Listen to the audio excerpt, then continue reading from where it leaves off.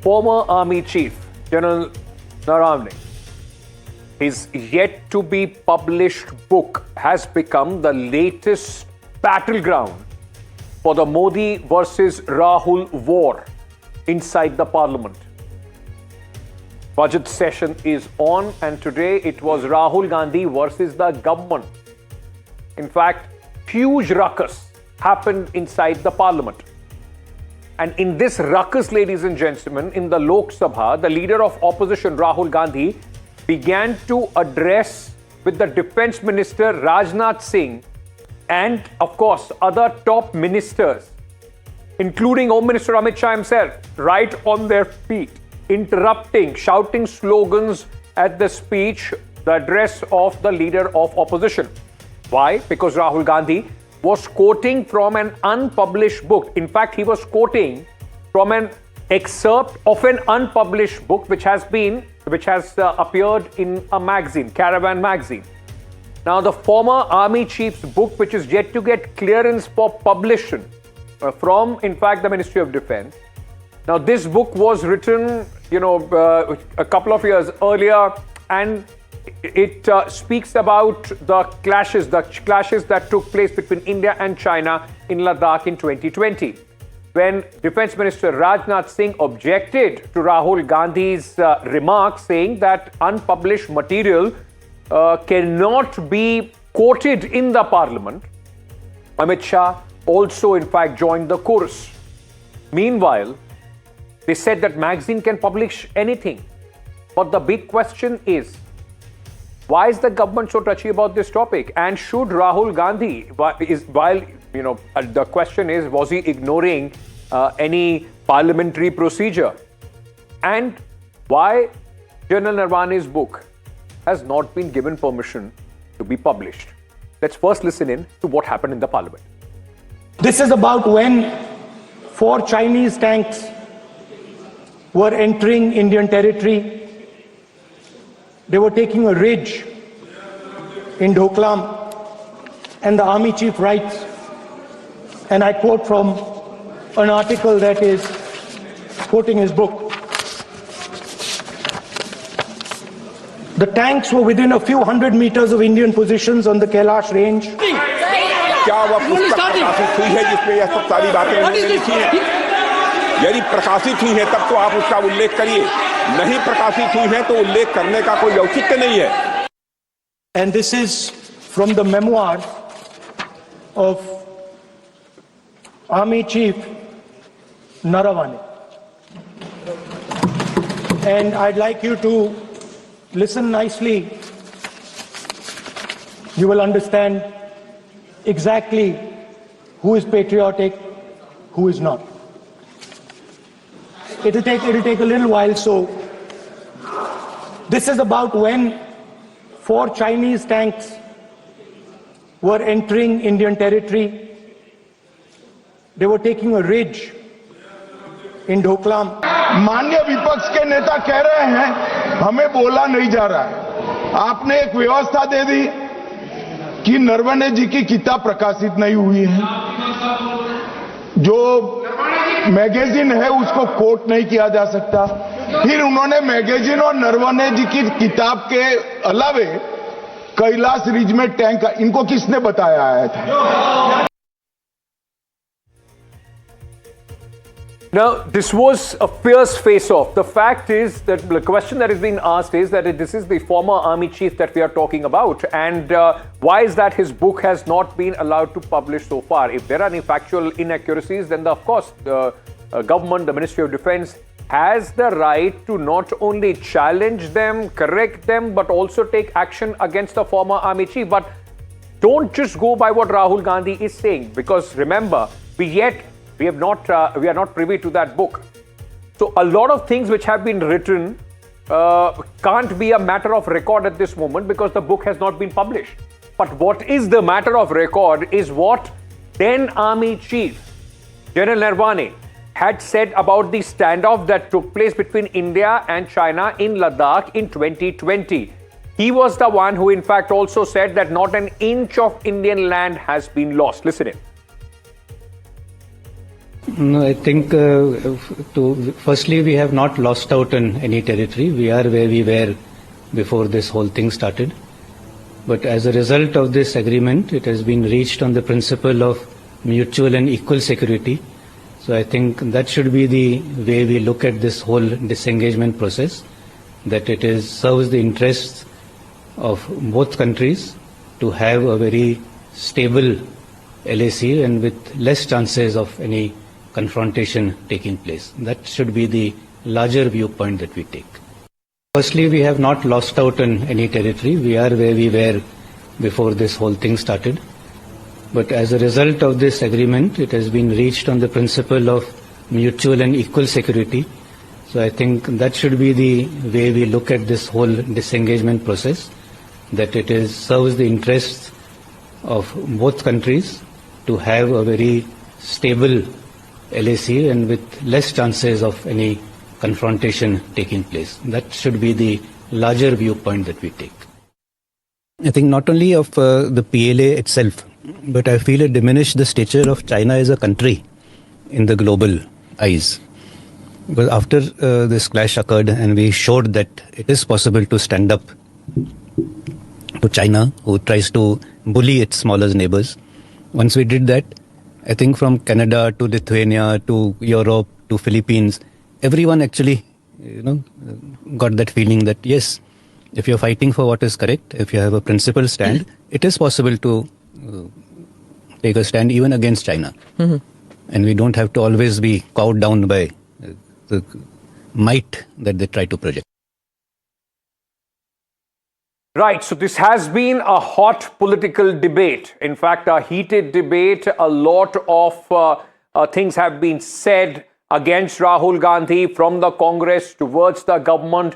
Let me very quickly at this moment go across to Gopal Krishna Agarwal, who is joining me at this moment, spokesperson of the Bharatiya Janata Party. We are also being joined by Sarla Patel, spokesperson of the Congress Party. I thank both of you for joining me on this 6 p.m. face-off. Sarla Patel is joining us as well. Thank you so much, Mr. Patel, for being with us. Let me very quickly at this moment start by asking you, Gopal Bhai, the question is that the government has been saying that if not an inch, the government says not an inch of the land was lost. The BJP and the government's claim has been exactly that. Why is the government afraid of discussing this politically? If nothing has happened, what is the fear in letting the book of former Army Chief General Naravane to come out? Ankit, we have to understand that the national security requires certain processes and certain institutional to be respected, and that their issues to be maintained. So why do we have to just go by narratives which are not conducive to India, which are not coming out of our Indian institutions like army, etc.? Why do we have to always talk about those which are favoring our countries, which are opposing, which undermine our nation? It has become a regular habit of Congress, particularly Rahul Gandhi, to quote certain issues at particular time when we are discussing economy, when we are discussing the important issues about the budget, how economy is going, the global level, people are appreciating India's growth and strategy. Then again and again, Rahul Gandhi starts quoting from some things, unauthenticated reports, which are not conducive to India's stand. Our army has taken a stand. You've said that, it has not come from any, government, from the government or from the Ministry of Defence. I agree with you, but we are talking about a former army chief. How will this be authenticated if you don't let his book to be published? The MOD is sitting on that book for the last 2 years. No, but where is the authenticity of that? It has to be process of army works in a particular ecosystem. But for how long will that process take? Is there a time frame to it? They can question this, but start quoting and doing issues, bringing out those issues which are not conducive to our interest. How is it not conducive to your interest, sir? If the army chief is writing about something, this should be taken with the utmost, in fact, importance, so that if there are any shortcomings, that is something that is not repeated. How is it conducive to quote or go back to 1962 or to the 1950s and 16 and quote Jawaharlal Nehru in everything and not a recently retired army chief, sir? No, but the thing is, the issue is, where is the authenticity that he has said this? If somebody again, I come back to the same question. How will it be authenticated if you don't let the book to be published? So, but that is a different thing. If the government is not allowed, they have objection that this book should be published. It should be done like that. But start quoting from a thing which is not authenticated yet. If Congress has some problem with the publication or of allowing some book to be published or not, they should take it at the forums where it is required. But then start quoting. There is a reason. They can ask why you are not allowing this book to be published. That's a different thing. But start quoting from that book and just aligning that. Okay, I just feel that I don't understand the argument. I mean, it will take me some time to understand this argument, but I don't understand that you can have a debate on why the book is not being published, but you can't have a debate on an excerpt of that published book as far as the Parliament is concerned. But hold on. Let me get the Congress on this, because you are saying about the parliamentary procedure. Saral, this is a very important thing. The Rule 349 clearly bars reading from any book or publication unless it is directly connected to the business of the House. On what procedural basis did Rahul Gandhi decide to quote from an unpublished memoir through a magazine, article? Does it meet the threshold of Rule 349?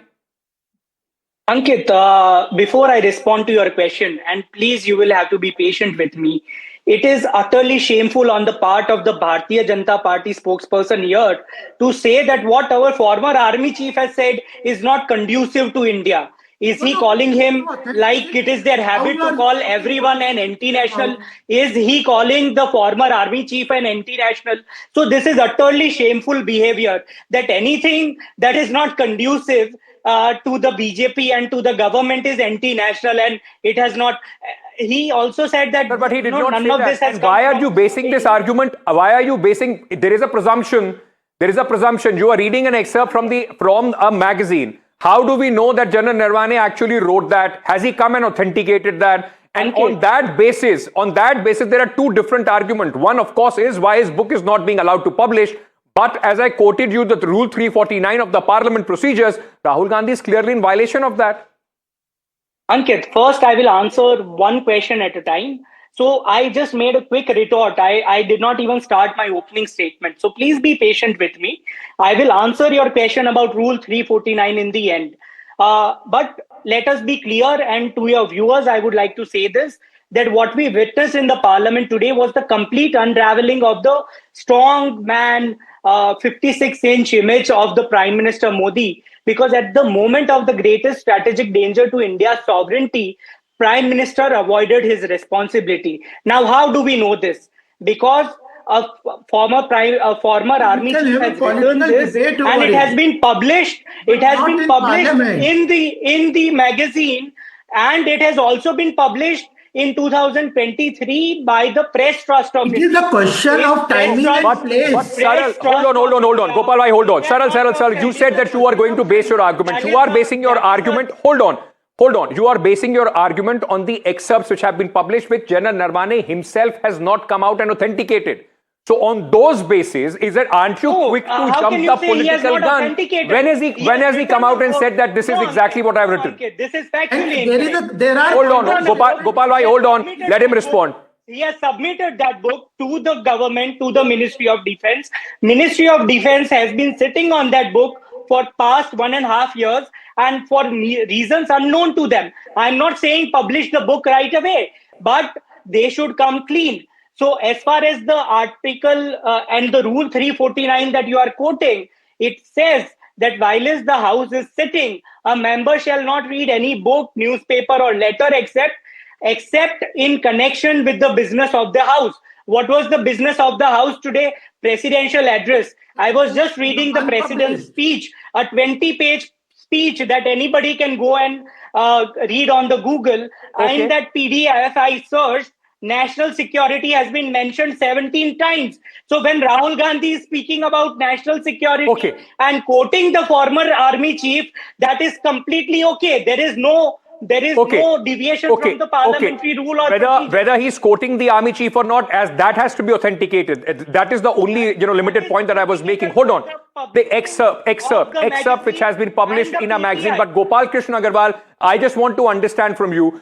You are jumping the gun. You are questioning, why is Rahul Gandhi doing this? This is anti-India, or the narrative doesn't work. It's not conducive to India. The fact is, if you believe, and you have, the Ministry of Defence has the book, the copy of the book, the manuscript of the book with you, if you believe that anything that he has written is inaccurate, counter that factually, come out with a factual position of the government to whatever that book has written. Why hasn't the government, and if you think that General Naravane has written something which is against interest of India, take action against General Naravane under the military codes as suggested, but in the guidelines. Instead, you are blocking a discussion. You are not even allowing a constitutional position like the leader of opposition to raise issues. Ankit, we have to understand that today's debate and what happened in Parliament was particular this question that Rahul Gandhi cannot quote from an unpublished, unauthenticated, unpublished book, which is not, that was the only question. And on that rule basis, the Speaker of the House said that you cannot quote in that. He can quote, and we are discussing. But Gopal Bhai, why is the government so afraid of this book? No. Who is saying afraid? He can discuss politically. If you're sitting on that book, then you are afraid. Then there is something that you don't want people to know. No, issue is not that. The issue today, what happened in Parliament, today we are discussing that there was a ruckus in the Parliament. Why? Because he was quoting from an unauthenticated book which was not published, and therefore he was stopped from saying, but he did not agree. Nobody asked. He could raise anything. He can now even Congress. Very quickly, let me give time for Saral to retort to what you are saying. Saral, very quickly, let me ask you this: even if I go by this unauthenticated excerpt of the book which has been published, it says that the Prime Minister gave army the free hand. He told them, "Jo aapko theek lage wo karo." How is it against, or how is the Prime Minister in fact getting scared or cowering under pressure? He's telling the army, "This is your job. Go ahead and do whatever you feel like." Hold on, Gopal Bhai. Ankit, small request to you. Please put a timer of 40 seconds and without interruption. Gopal Bhai, you've spoken. Let him respond. You've spoken. Wait, Ankit, just wait. Right? The leader of the country is not supposed to run away. Let him respond. We are wasting time. Hold on. On other people's shoulders.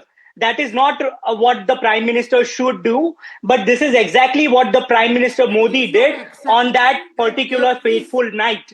For 2.5 hours, he let the army military command in hanging. He did not give a clear decision. If this was the decision that was supposed to be given, he could have done it in 5 minutes. And in 1971, Indira Gandhi did not tell Sam Manekshaw, "Jo tumhe theek lage wo karo." She set a clear political aim. She took the diplomatic risk. She stood behind the army and ripped Pakistan in. But the Congress, so far, the argument was that the government tied the hands of the army. Now it shows that this excerpt only, in fact, goes on to say that the army was given a free hand.